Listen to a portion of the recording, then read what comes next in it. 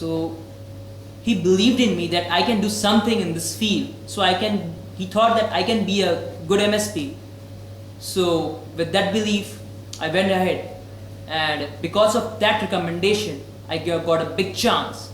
A chance to visit the software giant of the present scenario, that is Microsoft. I got a chance to visit Microsoft India's office in Gurgaon. And that was a big one for me. Because getting into Microsoft is a big thing. You get to visit the software giant. That's really amazing. It's like a dream come true for a student. And for me, for the first time, it was a big opportunity. Because I got to meet many professionals, highly qualified professionals who are considered a tech guru, who are considered to be the experts of the technology in the trending technologies in the IT sector right now. So that was a big one for me because I got to learn many things from those professionals.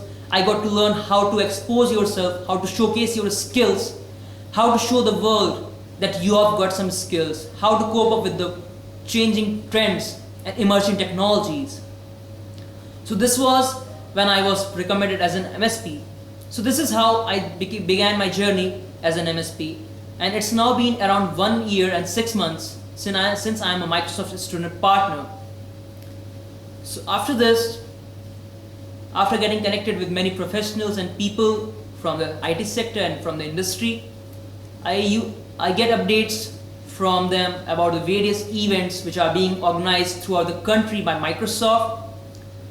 And I traveled across the country to attend those events in order to expand my knowledge on the trending technologies and make some connections, and also most importantly showcase my skills so that I can show the industry that I've got some potential, I can do something.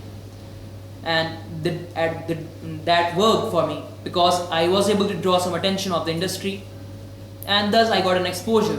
After this, because of the connections and the things which I've done, I got into some more collaboration with Microsoft. I started working on behalf of Microsoft. Like I visited various MNCs like Accenture, HCL, Cognizant, and Infosys as a corporate trainer to deliver training sessions to the staffs, to the engineers working over there who have been working for some years, around 1 year or 3 years.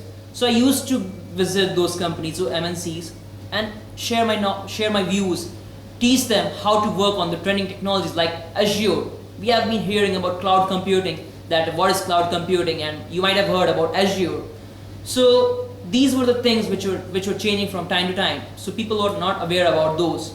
So I just went there. I used to deliver sessions, and that is really amazing. First of all, now when I'm talking about Azure, I would like to share a few things about the cloud. You might be thinking that what is cloud computing? You might be thinking that how did it got the name cloud? Because clouds is something you see in the skies. Okay, so we can relate it with that. See, the cloud is having mobility. The clouds are mobile. They are not stable or static somewhere. They are always in a mobility or in motion. So now coming to the mobility point, we, the humans, are who is mobile. We humans are not stable. We are always in a motion of state. We are always mobile. But our devices are not mobile. So in that case, what we needed to do, as we want more convenience, so for that thing, we needed to provide data the mobility. Suppose if I'm here in my college and I'm using a desktop and I'm using something like, suppose I'm playing a game or working on a document, typing something, and now I'm moving to my car and I'm driving a car right now and I'm using my phone, Windows Phone, then I can again continue the same work which I left at home in my phone. I can resume the game which I was playing, or I can just continue with the work which I was doing on the desktop. And after that, when I reach my office or something, I can just again carry on with my laptop, open it up, and I can again continue with the word I was typing, or the document which I was working on, or the game I can play again from the point where I stopped on my phone. So this is the power of mobility. This is the power of data. This is how cloud enables you to do more. This is the power of cloud. And cloud coming into the picture with the startup culture, it's really amazing. Like before there was cloud computing or something, you get the startups or the companies who try to just who are in the budding phase got less exposure. because of lack of reach of customer. They were not able to reach more customer. The customer base was limited. But because of the cloud, they are having now a big customer, a large customer base. Suppose if I say that you can make a Flipkart of your own or a Snapdeal of your own, a website like that. If I ask, you might think that it will take around 6 months or a year for you to code a website like this or create, and making it live is again a big task. But with the help of cloud, with the help of Azure, you can do it within 2 or 3 hours. That's the power. And you might be thinking that it's the trending thing right now in the market. Let me update you. It's not the trending thing right now. It's now 3 years old.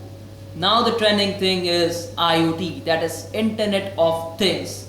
Suppose I'm wearing this shirt and I'm having a button here. So like this, a button-like device here. Suppose if I enter a shop now and I just enter the shop and I'm having a smartphone, and as I enter the shop, there's a shirt on sale or pair of pants on sale. So I get a notification with the picture of shirt or pant on my phone that, sir, this particular item or dress is on sale of this person. So see the power. I didn't interact with my phone. Actually, I'm getting a notification without interacting with my phone or touching it. And I didn't interact with the shirt. So this is how Internet of Things works. Like, it is an interaction or a connection between the internet and device directly without a software directly coming into role. So now again, so I worked on these things. Again, after this, I also worked on a project BizSpark, Microsoft Business Park, which is a program by Microsoft for startups, which supports the startup culture, the economy, which we believe that will be a great boon and the economy of backbone of the India. So we want to support them by providing up to 6 lakhs per account, that is into 5, we provide 5 MSTNs, that is around 30 lakhs per annum, support of 30 lakhs per annum for 3 years. That is a big support for a startup for 3 years. That will be around, it will sum you up to 90 lakhs. That is a big thing a startup can get. That is a big boom, big jack for you, for any company in a budding phase. So I worked on it, and I enrolled more than 500 startups into the Microsoft BizSpark program, which gave Microsoft a big profit because of me. So this is one thing. And on the technical part, I have developed more than 100 of softwares, including many applications for Windows Phone and many security tools, anti-hacking tools, and many more things, which are very much popular and being used worldwide. So because of these things which I did, I was really appreciated by Microsoft, and they believe that this boy is having some potential.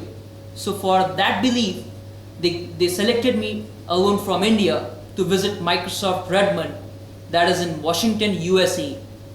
So I went there for a training session. I went there to take training sessions. I got trained on HoloLens and many more technologies for around 15 days. So it was really an amazing experience. And when I'm talking about HoloLens, how can I forget to describe it?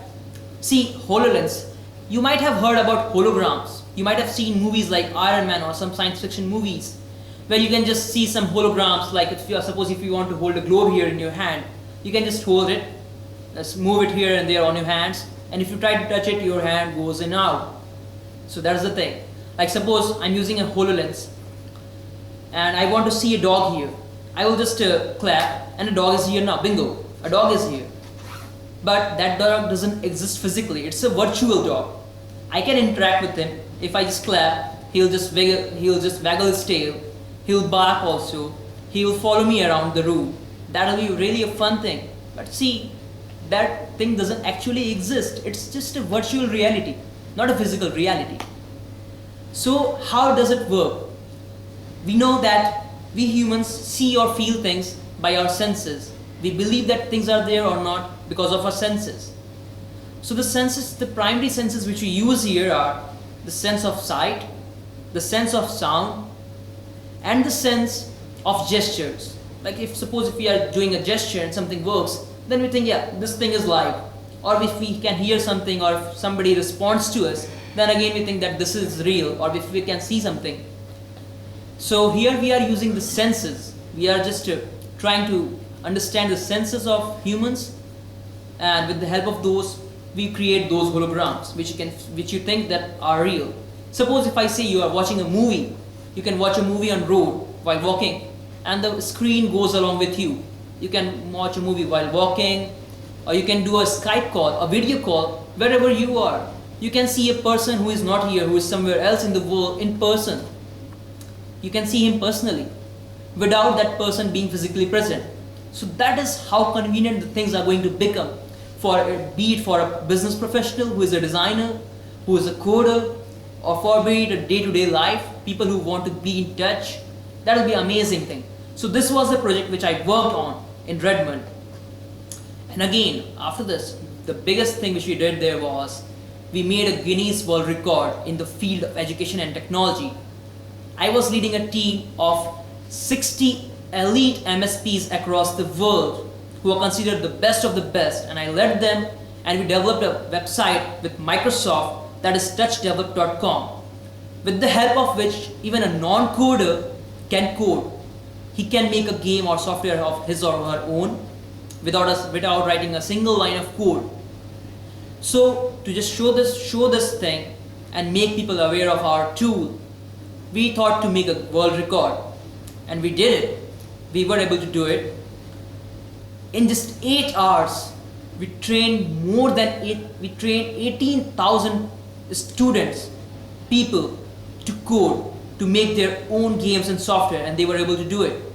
And to just show the simplicity of the tool, we decided to go for an audience of an age group, which you can, if I'll just describe the age group, you'll be shocked or you'll be surprised. And also we were very amazed and inspired by those audience. The age group of the audience was just 9 to 10 years. Can you believe me? The kids were ranging from an age group of just 9 to 10. That was really amazing. That inspired us. We were really inspired that if those kids